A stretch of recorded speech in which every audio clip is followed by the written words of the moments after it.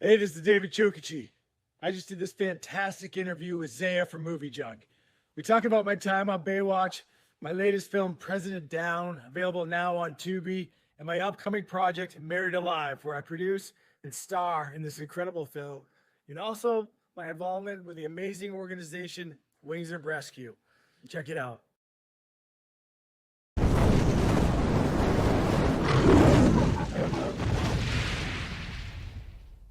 Hi, David. Welcome to Movie Junk. How are you? Good, Zaya. How you doing, buddy? Doing good, doing good. We're so excited to welcome a Hollywood legend in David Chokachi. You played Cody on Baywatch, one of the most popular shows of all time. We're really excited to cover your new film, President Down, and also some of your upcoming projects and things that you're working on. So excited to talk to you today. Me too, man. Thank you so much. And I know you had my buddy Jessie Kove on, and I saw it, and I was like, as soon as I saw it, I was like, man, that was such a great, great interview. And I was like, instantly reached out, and thank you for being so receptive. Definitely, definitely. And the fan in me wants to jump into all of your exciting projects. But the one thing I do want to ask, and just from looking at some recent interviews or some past interviews that you've done, is it true that your dad was actually born in Iraq? That is true. Yeah, yeah. He's been passed away he was 11 years older than my mom. My mom's still alive, but he grew up like they grew up with like dirt, like they had nothing, no money at all, and they outside of Baghdad. And he grew up during Saddam's, like when he was in full heyday. And around the age 16 he had spoken out like against the regime, which is like super taboo. He got arrested, and basically back then, and I don't know what goes on now, but if you ever speak out against the regime and they find out, it's called they disappear you. So they come in the middle of the night, and they're like ninjas. The parents, nobody will know. You'll just never see your kid again, and they basically take you and torture you, and then cut your head off and throw you in a ditch. And his dad was like, "We have to get you out of this country. You've just made like the biggest mistake. You're like incredible, and somehow I don't even know how his dad got the money, but he got him on a boat and he immigrated through Ellis Island. We even went and saw his signature, like in the book at Ellis Island, which is amazing. And his desire was to become a surgeon, and he had, I don't, to this day, I don't know how he pulled it off, but he did. He had very little connections and so little money in his pocket, but he was really smart. And when a lot of people, when they come from those cultures where they have nothing, they can work harder than anybody else. They'll just outwork you because they've come from nothing and they know what nothing is. So he worked his way all the way up. He went through medical school. He worked at Boston University. He worked at Mass General, and then he met my mom at Wesley College. She was a nurse, and then they decided to settle in Plymouth, Massachusetts, home of the Pilgrims, baby. And he loved the emergency room, man. Like, we never saw my dad. He was like always on call or gone. Like, I'd wake up in the middle of the night and like he's not there, or he's just gone. Like, gets called and like operate all the time. And eventually he climbed all the way up. He became chief of surgery, and Wow. he did it his entire life. He was super passionate about it. And it's an amazing success story. There's some, growing up in that country, there's a lot of things that are passed down. Like, he didn't really know how to relate to us, but his one way to relate was making my brother and I work, like labor around the yard. Like, our buddies would be going to the beach on weekends. He's like, "You're not going anywhere. We have work to do."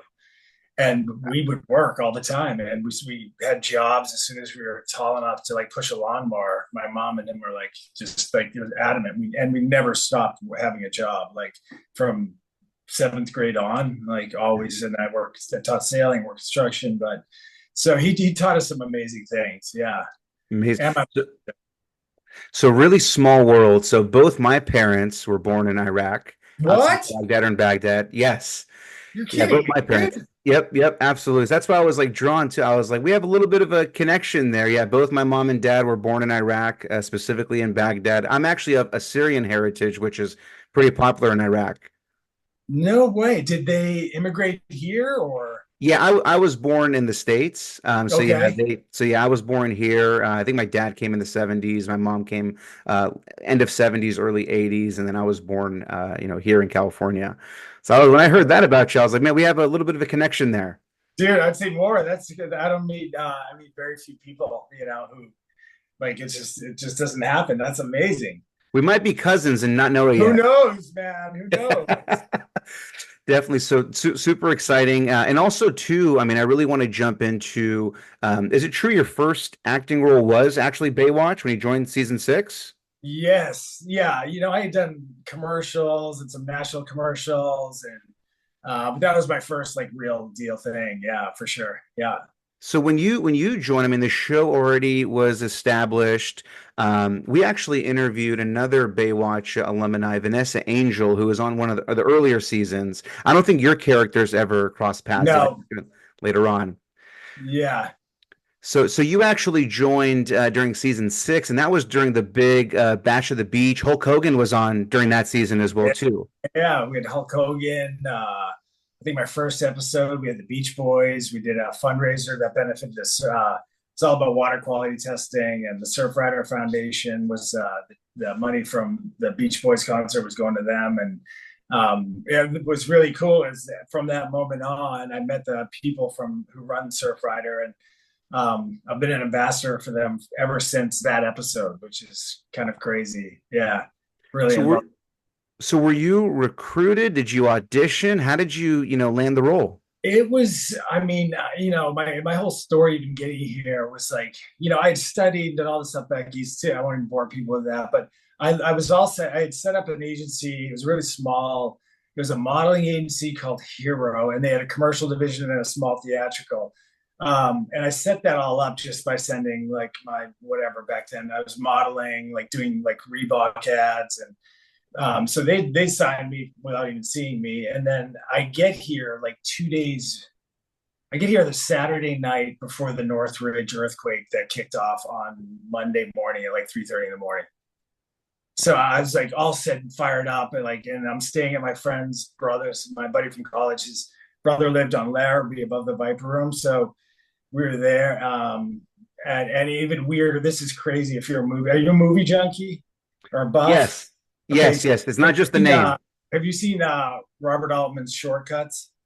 Yeah, yes. I mean, it's been a while though. Yeah. So in that movie, so Sunday night, this is so weird, man. So Sunday night at the 10 o'clock showing, we go like down Sunset and see Shortcuts. And in the movie with Robert Downey Jr., and it's not like a disaster film, it's a Robert Altman film, and there's a giant earthquake in LA in the story. Wow. And I'm like, man, can you like to my buddy? I'm like, imagine if that ever happened. And like literally we go home, it's like 12:30, go to bed, and at whatever 2 hours later, it's like I'm on the floor in the entertainment center, and I'm like, what is going on? This is like the whole place was felt like it was I got up to like run and the floor dropped and I just like pancaked. And but that was my welcome to LA scenario. But just the fact that we had just seen that movie and like 2 hours later, it's like boom. It's insane. It's insane. Yeah.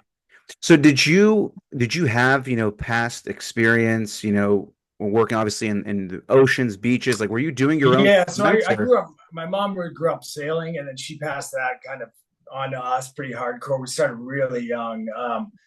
And she's like, she grew up on the Cape Cod, and she Mhm. grew up during World War II, and it was, it'd be real like windy, and like in the beginning when we were really young, my sister and I, the boat would be wanting to flip over, and we're like, there's no way, because we would have to, we lived right on the ocean at the end of the harbor, but we'd have to sail down the beginning of the race. Like you don't just go to the yacht club like everybody else. Like we'd have to sail there, race, and then sail home. And like we couldn't even get I remember this morning, because it depends on the tide. So the race has to be during high tide. And sometimes it was like, the race would start at 6:30 in the morning in the summer. So we're like in the boat at 6, and it's still like darkish, and the boat's wanting to flip over. We're like, this is, whining, like we should just not go. And she's like, you go sail down there and you finish that race and come home. I don't want to hear anything. Like, and she wasn't like this enforcer, but she was just like, you're not quitting, you're not giving up, you go do it.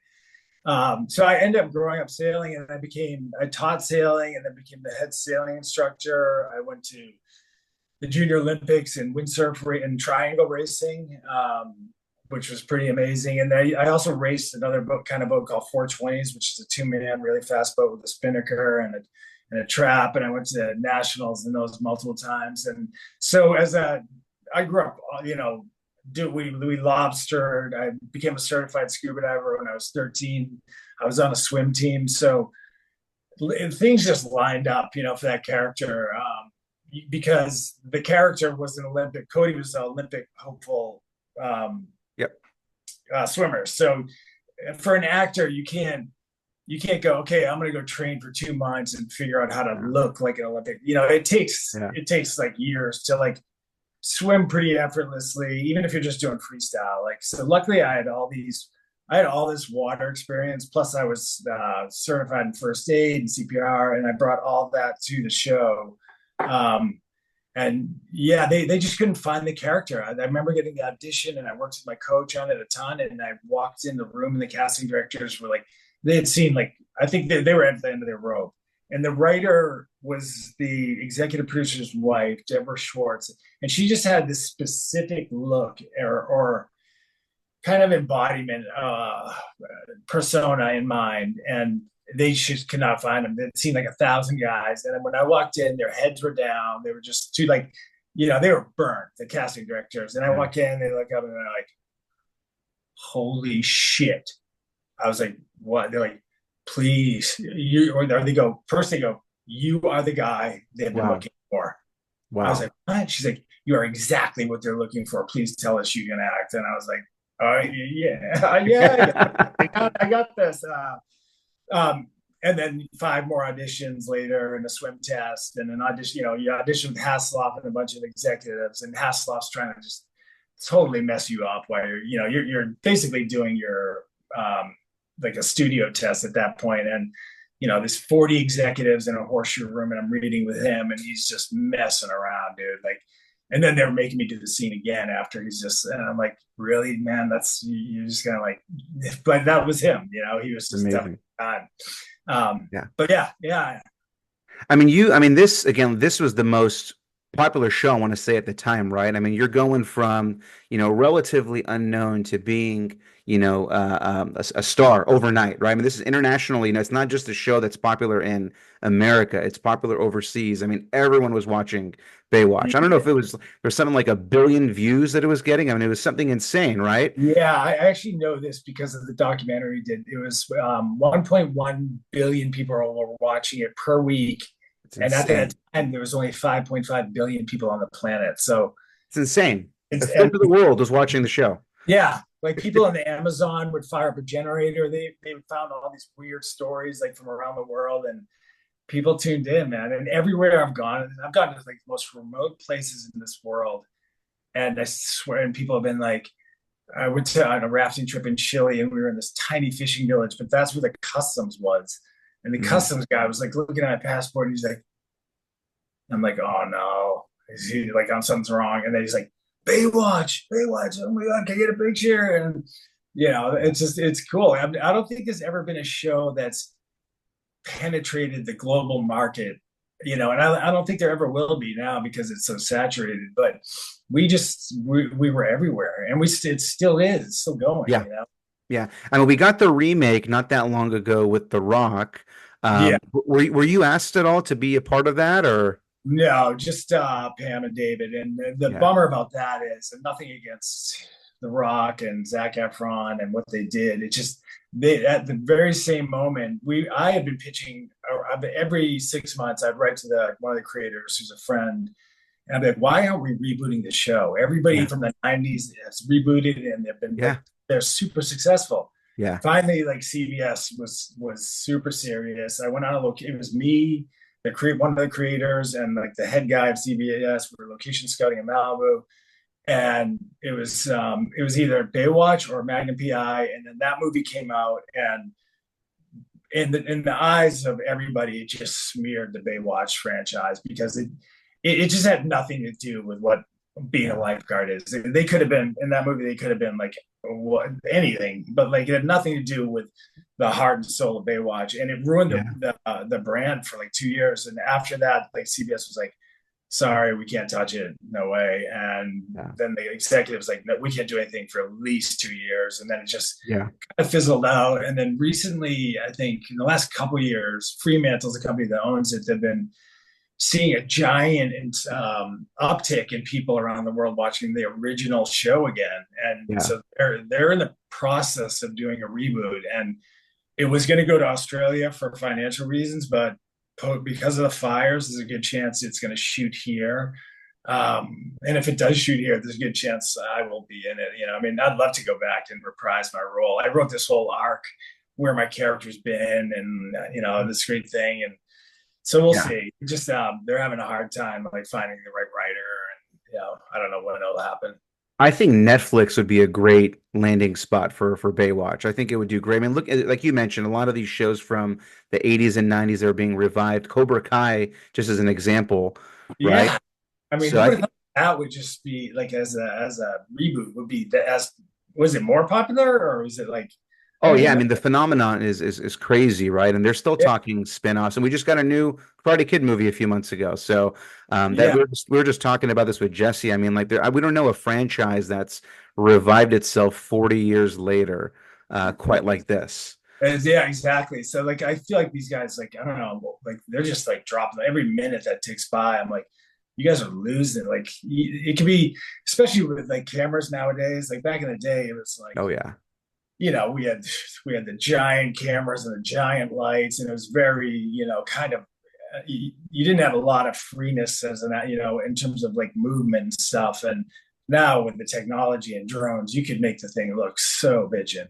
Yep, yep. So I definitely want to pick your brain and learn more about your character's arc. Don't want to spoil it, for the fans once we get this show hopefully off the ground. We can save that part for round two. I'd love to also hear is there anyone from the cast that you're still really close with or still connect with? yeah, I mean Alexander Paul, Jeremy Jackson, Jason Simmons, because we all did that documentary, it Yeah, kind of brought us all together. yeah. Because we went to the TCAs in Pasadena, about 8 of the cast members they picked, and it was really cool. I hadn't seen a bunch of them. I hadn't seen Carmen in a long time, and it was like no time passed. She was amazing. And then Mike Newman, up until he passed away, was a really close friend. Hasselhoff too. David Hasselhoff. But yeah. He was. He and I we used to be really tight. We shot a couple episodes in Australia, and he and I were both kind of like adrenaline kind of like seekers, and we were trying to like anyway, we went up and all the way up to the Barrier Reef, went diving, and then went to Darwin, and then took a plane into the outback. And the outback of Darwin is like the most primal place left on this earth, I think. I mean, I've never seen things like the bugs and creatures and snakes is like and alligators or is it whatever. It's like insanity. Like Wow. it's like every species possible. It's weird. Is there a story on set or offset that you haven't shared that you think would be funny for the fans to hear with just the crew? I'd love to hear a funny story from on set. Um, everybody's heard the whole Pam and Tommy thing when Tommy decided to renovate her trailer.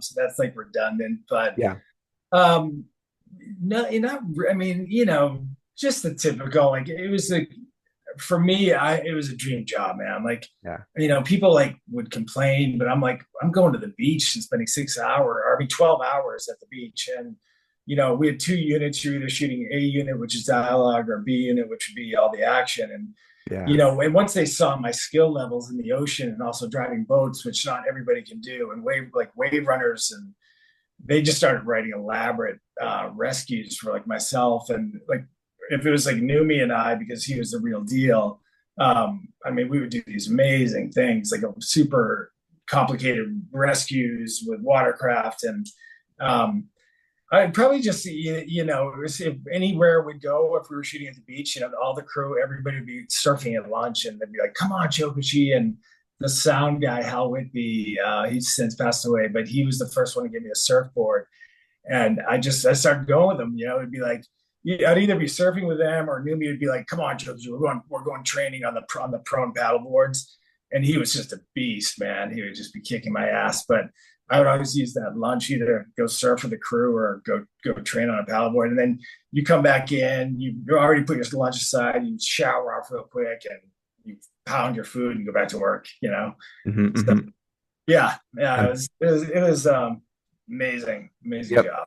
Again, I mean, the show itself is a phenomenon. It still resonates, today. I definitely think now more than ever we should get a remake of some sort and bringing your character back and some of the legacy characters. But just again, just the top of my head, I'm just thinking of a lot of talent that'd be good for that next generation. So hopefully, as the Yeah, there's that be can see this podcast interview and we can get this in the works next year. exactly. I know. I think if you brought in a really good, great young diverse cast, and like I said, with the technology and watercraft, everything has advanced like light years compared to what we were stuck with.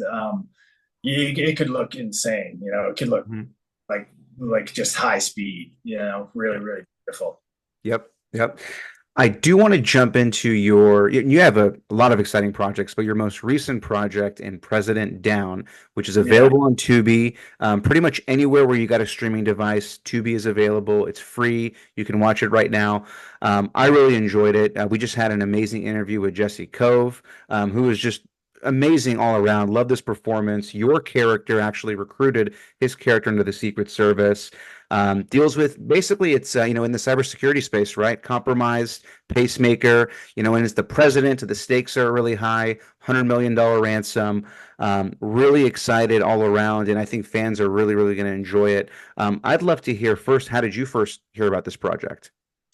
One of the Yeah, actually, it was crazy. I started because of the dog work, because of Wings of Rescue, because I was like I became part of their flight crew.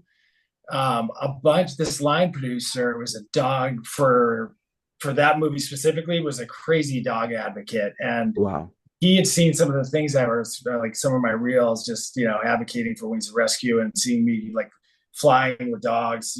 We fly them out of if they're on the euthanasia list, we'll fly. They fly large quantities. Usually 70 to 140 dogs and cats sometimes, but mostly primarily dogs that are on the imminent kill list. Mistaken. I think Jesse is also part of something similar, also with dogs as well. Yeah, it's kind of wild. I was on a movie in February, and this actress Lori Fortier, I think, and she's like, we're shooting at one location, so we had a lot of time, like just in the room, like in a room, and she's like, "Man, you remind me of this guy, Jessie Kove," and I was telling her about Wings of Rescue and what I do, and Oh, she's like, wow. "Oh my God, that's incredible! I got to connect you to." Like he does a lot of dog rescue stuff, and so eventually, like we wrapped that movie, and she tried to connect us, but everybody in LA, it's like we're busy, and I think we texted back and forth, and then I got offered this role, and I'm looking at the call sheet, and I'm like, no way, and like I Wow. see Jessie Kove on there, I'm like, yes, this is amazing. But part of the reason I got the job is because with the line producer Billy Butler, who's a dog. A lot people are pretty like dog like crazy in a good way. They really just advocate for them, and they saw the stuff I was doing, which is it's kind of like these strike missions where you have zero, like not much sleep. It's super physical, but every dog we fly, every dog Wings of Rescue flies, they're saving their life. It's an amazing organization, and he had seen some of my Instagram stuff from it, and he that's what really spurred his interest to offer me the role. And then he had to run it up the flagpole to the two executives who own the company, but they also happen to be like crazy dog advocates. And he's like, you got to see what Chokachi's doing with Wings of Rescue. Wow. And sure enough, I got it. And it was really cool because, I hadn't met Jesse before. And I think we talked briefly before we started shooting, but we didn't even have, we didn't have rehearsals. It was basically like show up and do your thing. And, but as soon as we saw each other, we weren't even talking about our characters of the movie. We just jumped right into dogs, like talking about like what we each Wow. do, like our love for them, but instantly, by just having that conversation, it brought and because we were about to shoot a scene. We had blocked it. They were lighting it. We were instantly like connected on like a deeper level.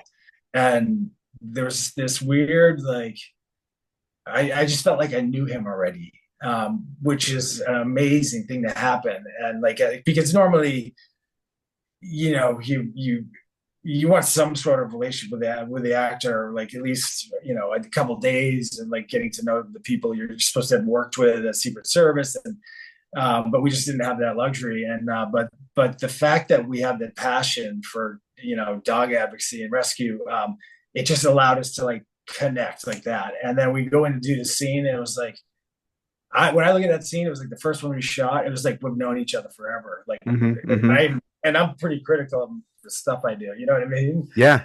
Yeah.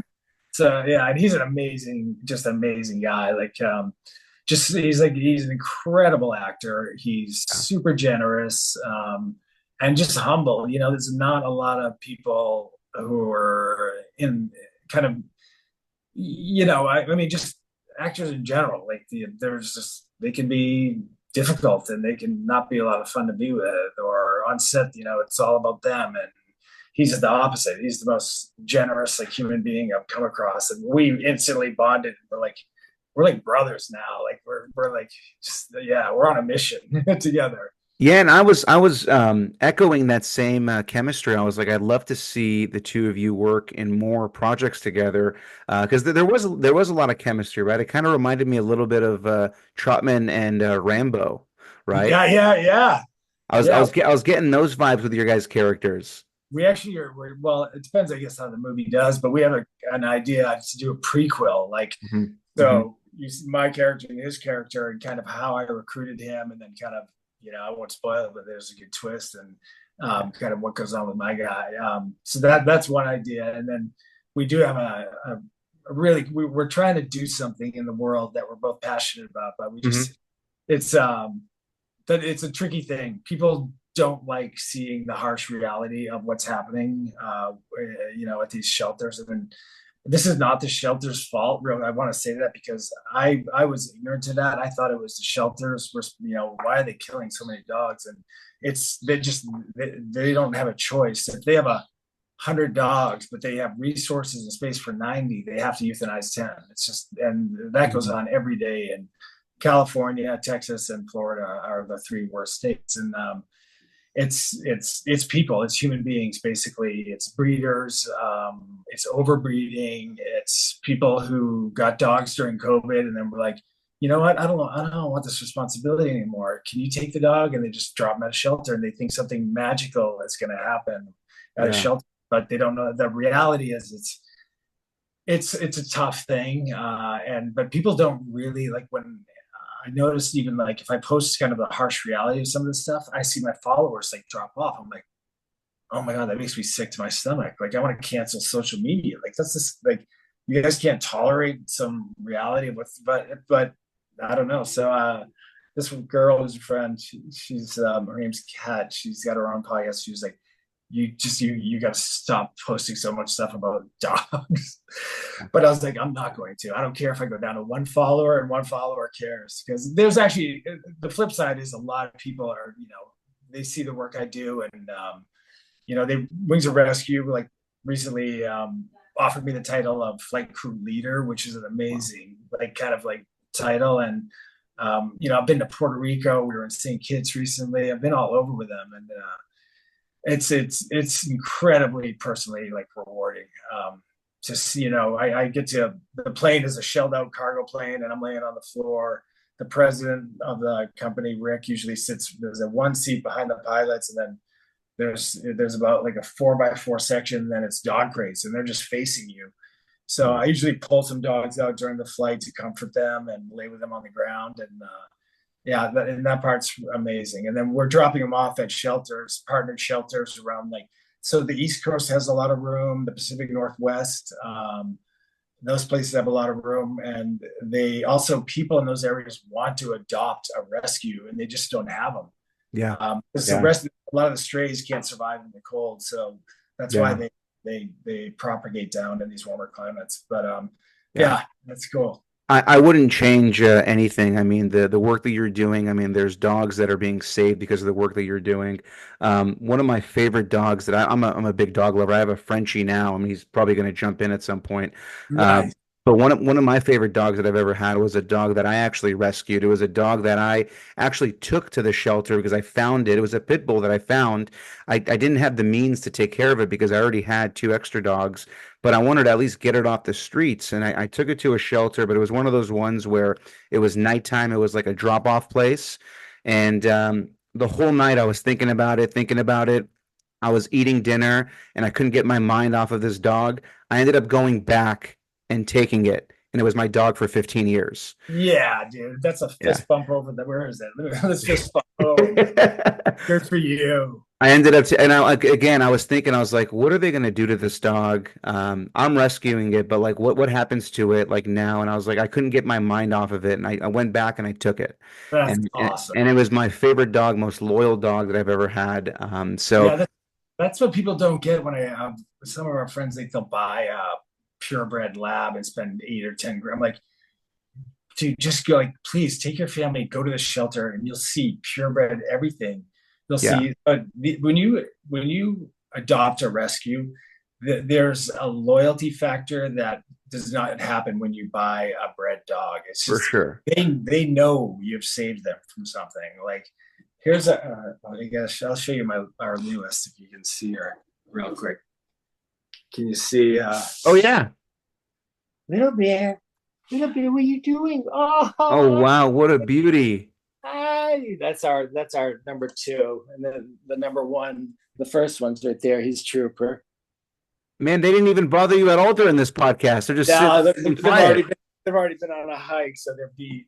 But They're beat. yeah, they're totally tired. So, but it's we've had two other rescues prior to this, and they just man, you can tell because my parents, I grew up with German Shepherds, and they just don't. They're very different when you're buying from a breeder as opposed to these dogs. Like they're attached to us and they look at us, and when I swear they look at you, there's a communication happening.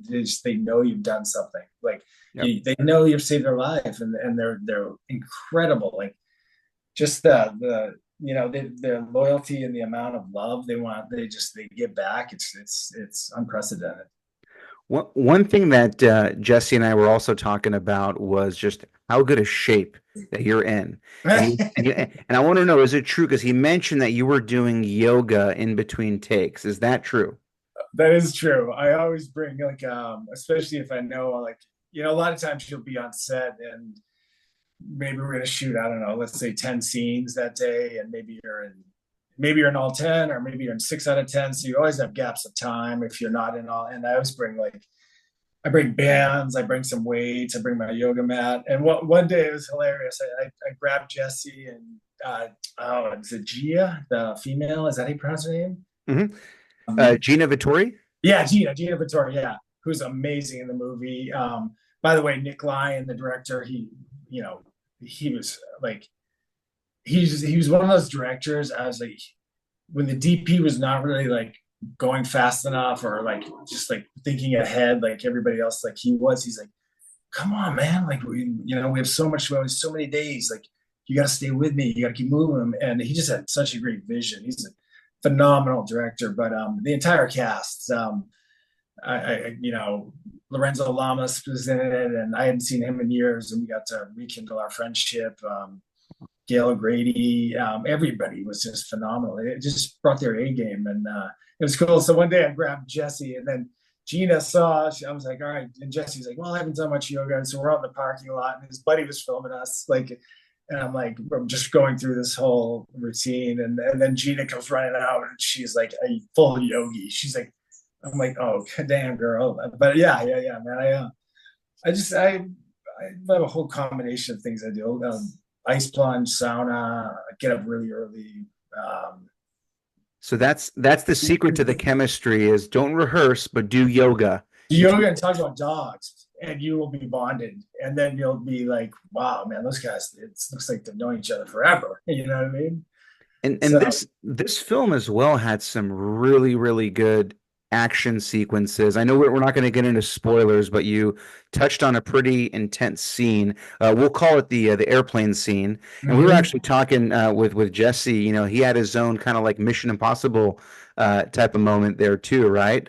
What Yeah, was it like shooting that airplane scene? shooting it was a blast because like so yeah, I mean we have giant fans going, and then we have this intricate deal that goes down, and yeah, I don't want to say too much, but it was a blast because when you're working with first of all, Gina is like a kind of a combat. She knows a bunch of things. So if you're working with other athletic people and you don't have a lot of time to choreograph these fights or whatever's going on, like or gunplay. Like I've done tons of gun work over the years. From when I was on Witchblade, I worked with this guy Wade Allen, who taught me lots of amazing stuff. Who's now like he went to amazing stunt coordinator for Barry on HBO, and now he's stunt coordinating for Taylor Sheridan on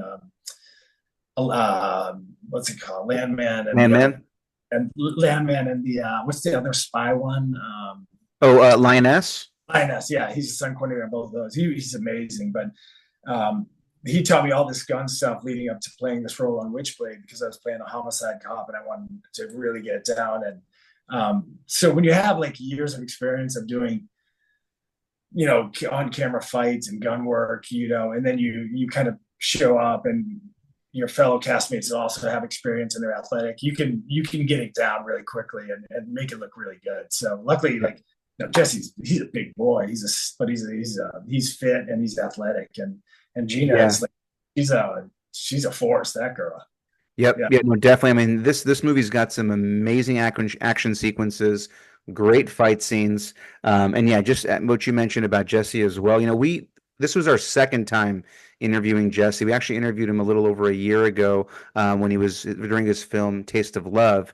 And coincidentally, this was not planned, but a week after the interview, I was actually in LA in Studio City, and I I heard. bumped into him Yeah. and got to see him in person. And like, yeah, I mean, he's just in amazing physical shape. I'm Yeah. really excited for the upcoming projects that he's going to do as well too. And if I'm not mistaken, this President Down also there's a premiere tomorrow as well too, right? Yeah. Tomorrow night we're having a premiere. I forget the name of the theater, but yeah, we're excited. It's like we got like I don't know, a couple hundred people coming, and I haven't seen it yet. I kind of wanted to wait to see it on the big screen, and so I'm really looking forward to it. It's gonna be a lot of fun. Super, super excited. And yes, and again, I can't wait for the fans to, again, if you have a chance, watch it on Tubi. We're also going to get the premiere tomorrow as well. So Yeah, really just excited. incredible. I mean, we shot it, I think, in like 12, 13 days. Limited budget, so audience, whoever watches this, try and give us a little bit of breathing room on some of the effects if they didn't look. But I think the greatest part of the story was the fact that the concept of hacking into a pacemaker I thought was Yeah. so genius. And Yeah. because that's terrifying. I mean, Yeah. even when we were doing the scenes and she's going into cardiac arrest, and it's like it seemed so real and absolutely frightening, because if you can't stop it, like they were trying everything, like Yeah. putting her all in kinds of in those Faraday, like Faraday box kind of deal. And but these guys had access and they just kept doing it. And they're like, pay the money and stop supporting that guy. And I was fascinated by that concept. It was really like a smart deal. So and yeah, and everybody was just I think everybody just crushed their roles. Yeah. Mhm. Mhm. What's his name? Oh God, Joseph. Uh, the doctor. Oh my God. Oh yeah, Anthony Joseph. Anthony Joseph. Yeah, yeah, yeah. He is such a cool guy, man. He leaves these voice, like audio messages on his Instagram after he sees something, if it's kind of profound. And I swear this guy is like, his words carry such weight when he speaks. He's so poetic in his daily speech. Like it's like literally when I'm hearing the voice text, I'm like my skin, like the goosebumps are happening, and like he's really thoughtful, just like an amazing human being. Yeah, he's a talented guy. He's a really cool guy. Yeah. Definitely, definitely. And I do also want to leave some room because you do have another project that you're also wearing multiple hats. You star, you executive produce, if I'm not mistaken. Is it called Married Alive? Yeah, yeah, produced on that. Yeah, yeah. That's like that was directed by Bruce Reisman, and just that's probably I haven't seen it again. I've just seen some clips of it, but I think honestly in my 30 years of doing this, it's going to be my best performance. It was the best script I've uh, been ever handed. And it was one of those things like 2 months before, it felt like it was falling apart. And by the time I helped him like kind of deal with actors and wrangle some people. And then by the time we got to day one, we had a team of people. Like Brian Brown is our DP. This guy is so awesome. And we're shooting up at Agua Dulce Movie Ranch, which is up in Santa Clarita. And so the movie is like it's an incredible story. There's no forced moments. It's got every aspect, every emotional um, level a human can have, happiness, sadness.